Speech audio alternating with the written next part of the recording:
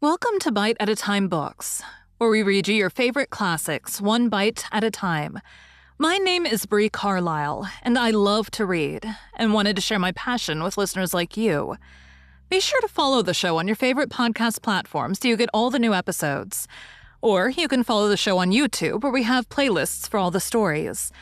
You can find us on all the social medias at Bite at a Time Books, or on our website, biteatatimebooks.com, where you can also sign up for our newsletter for more information on what we're reading and what's coming next for the podcasts.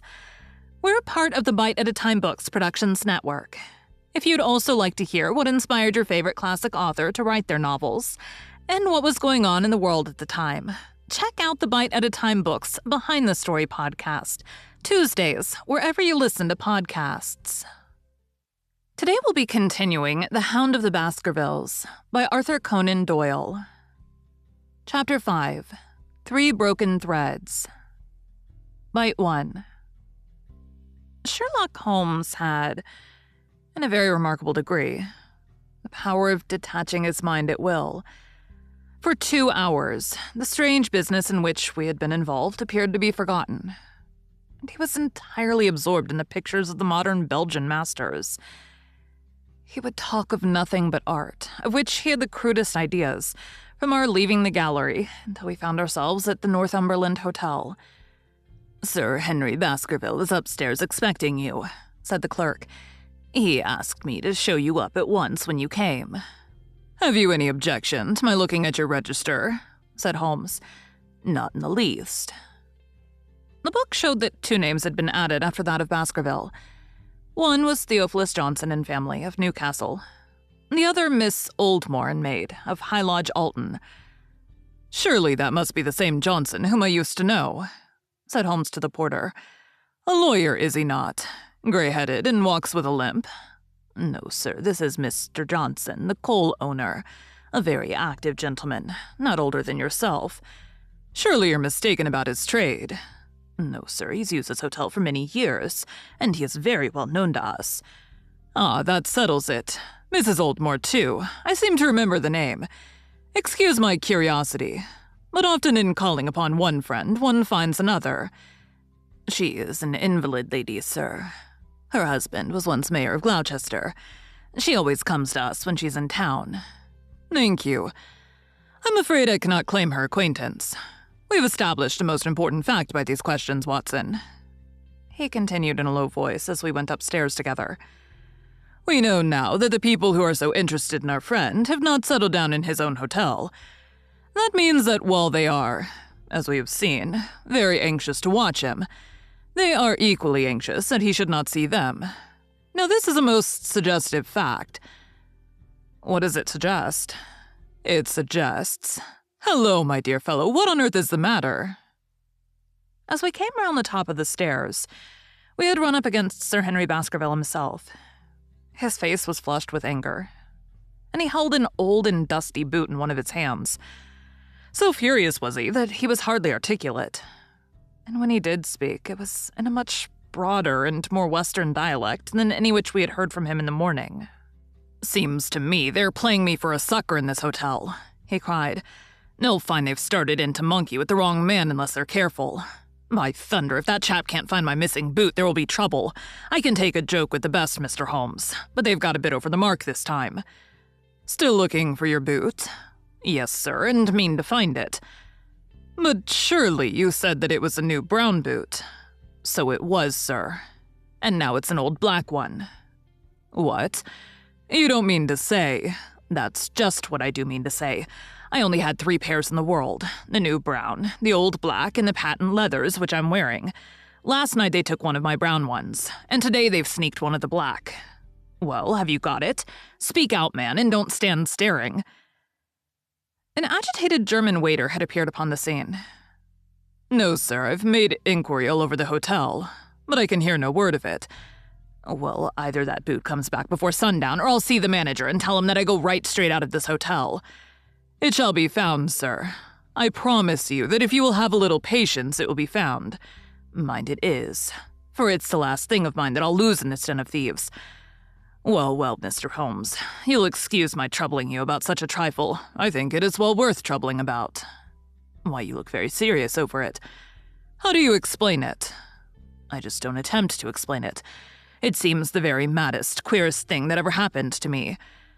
The queerest, perhaps, said Holmes thoughtfully. What do you make of it yourself? Well, I don't profess to understand it yet. This case of yours is very complex, Sir Henry.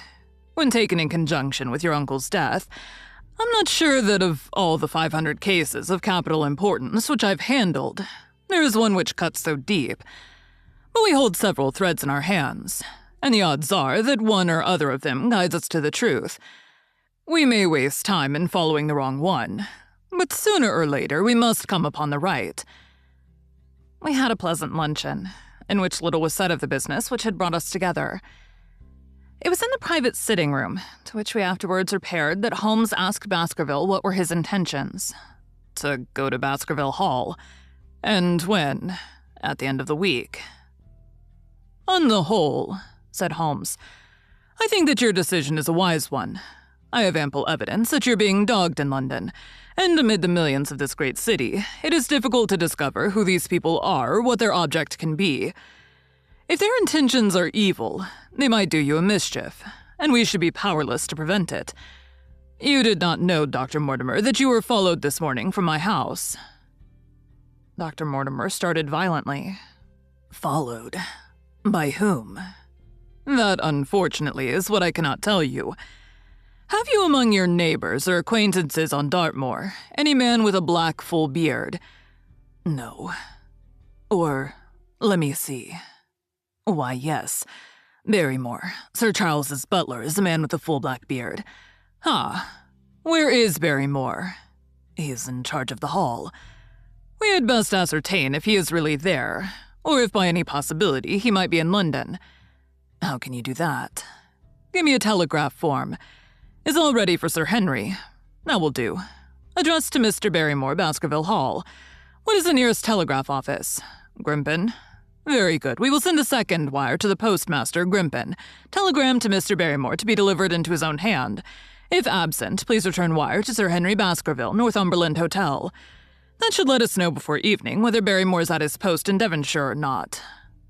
That's so, said Baskerville. By the way, Dr. Mortimer, who is this Barrymore anyhow? He's the son of the old caretaker who's dead. They've looked after the hall for 4 generations now. So far as I know, he and his wife are as respectable a couple as any in the country. At the same time, said Baskerville, it's clear enough that so long as there are none of the family at the hall, these people have a mighty fine home and nothing to do. That is true. Did Barrymore profit at all by Sir Charles's will? Asked Holmes. He and his wife had £500 each. Ah. Did they know that they would receive this? Yes. Sir Charles was very fond of talking about the provisions of his will. That is very interesting. I hope, said Dr. Mortimer. Now you do not look with suspicious eyes upon everyone who receives a legacy from Sir Charles, for I also had £1,000 left to me. Indeed. And anyone else? There were many insignificant sums to individuals, and a large number of public charities. The residue all went to Sir Henry. And how much was the residue? £740,000. Holmes raised his eyebrows in surprise. I had no idea that so gigantic a sum was involved, said he. Sir Charles had the reputation of being rich, but we did not know how very rich he was until we came to examine his securities. The total value of the estate was close on to £1 million. Dear me. It is a stake for which a man might well play a desperate game. And one more question, Dr. Mortimer. Supposing that anything happened to our young friend here, you'll forgive the unpleasant hypothesis. Who would inherit the estate? Since Roger Baskerville, Sir Charles's younger brother, died unmarried, the estate would descend to the Desmonds, who are distant cousins. James Desmond is an elderly clergyman in Westmoreland. Thank you. These details are all of great interest. Have you met Mr. James Desmond? Yes. He once came down to visit Sir Charles. He's a man of venerable appearance and of saintly life. I remember that he refused to accept any settlement from Sir Charles, though he pressed it upon him. And this man of simple tastes would be the heir to Sir Charles's thousands. He would be the heir to the estate because that is entailed. He would also be the heir to the money unless it were willed otherwise by the present owner, who can, of course, do what he likes with it. And have you made your will, Sir Henry? No, Mr. Holmes, I have not. I've had no time, for it was only yesterday that I learned how matters stood. But in any case, I feel that the money should go with the title and estate. That was my poor uncle's idea. How is the owner going to restore the glories of the Baskervilles if he has not money enough to keep up the property? House, land, and dollars must go together. Quite so. Well, Sir Henry, I am of one mind with you as to the advisability of your going down to Devonshire without delay. There's only one provision which I must make. You certainly must not go alone. Dr. Mortimer returns with me. Thank you for joining Bite at a Time Books today, while we read a bite of one of your favorite classics. Again, my name is Bree Carlile, and I hope you join us tomorrow for the next bite of The Hound of the Baskervilles. If you enjoyed our show, be sure to follow us so you get all the new episodes. We would also love for you to drop us a rating on your favorite podcast platform. You can catch us on all the social medias at Bite at a Time Books, or check out our website, biteatatimebooks.com, where you can sign up for our newsletter. Our show is part of the Bite at a Time Books Productions Network. If you would also like to hear about the authors who write the books we read on the show, check out the Bite at a Time Books Behind the Story podcast, wherever you listen to podcasts, or on biteatatimebooksbehindthestory.com.